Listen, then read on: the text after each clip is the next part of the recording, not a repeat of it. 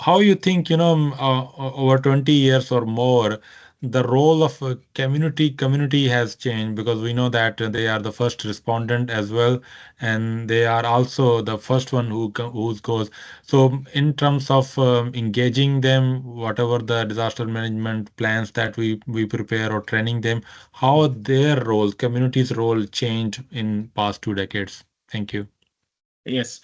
So I must say there was this watershed moment in community engagement during the COVID-19 outbreak. As I said earlier, it's one like in very Sri Lankan setting, in a very Sri Lankan perspective, uh, people voluntarily sort of come towards helping other people when it comes to disaster. It may be at a regional, very local level, at the village level, where people tend to the early response. It might be at a roadside where you observe a road traffic accident, but the people, the tuk-tuk drivers, the bystanders will definitely help the victim. So there is always this notion of volunteerism in Sri Lanka that was very visible during almost all disasters, because people welcome displaced people whenever there's a flood or a landslide within a village setup. But the COVID-19 actually sort of changed the entire spectrum, because there were many unknowns during the COVID-19.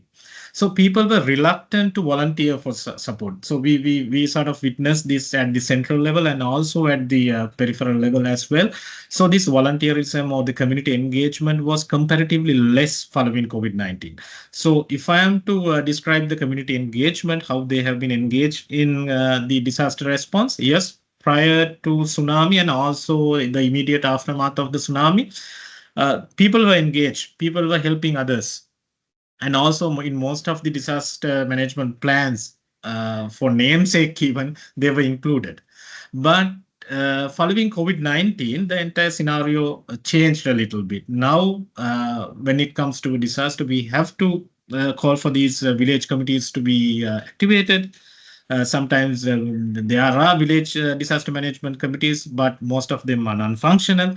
So it's a matter of continuous involvement and also regaining that volunteerism that was there prior to COVID-19, and building the community trust. So the DM sector and also the public health sector, if they have say the capacity to regain this public trust again, and also continuously train these community responders, first responders particularly, then we will have the proper community representation in disaster management sector and also public health sector in Sri Lanka. But as of now, compared to earlier times, I may say it's less, but we have to sort of keep on working, because the public trust and the public volunteerism and also the public engagement can be built through years, right?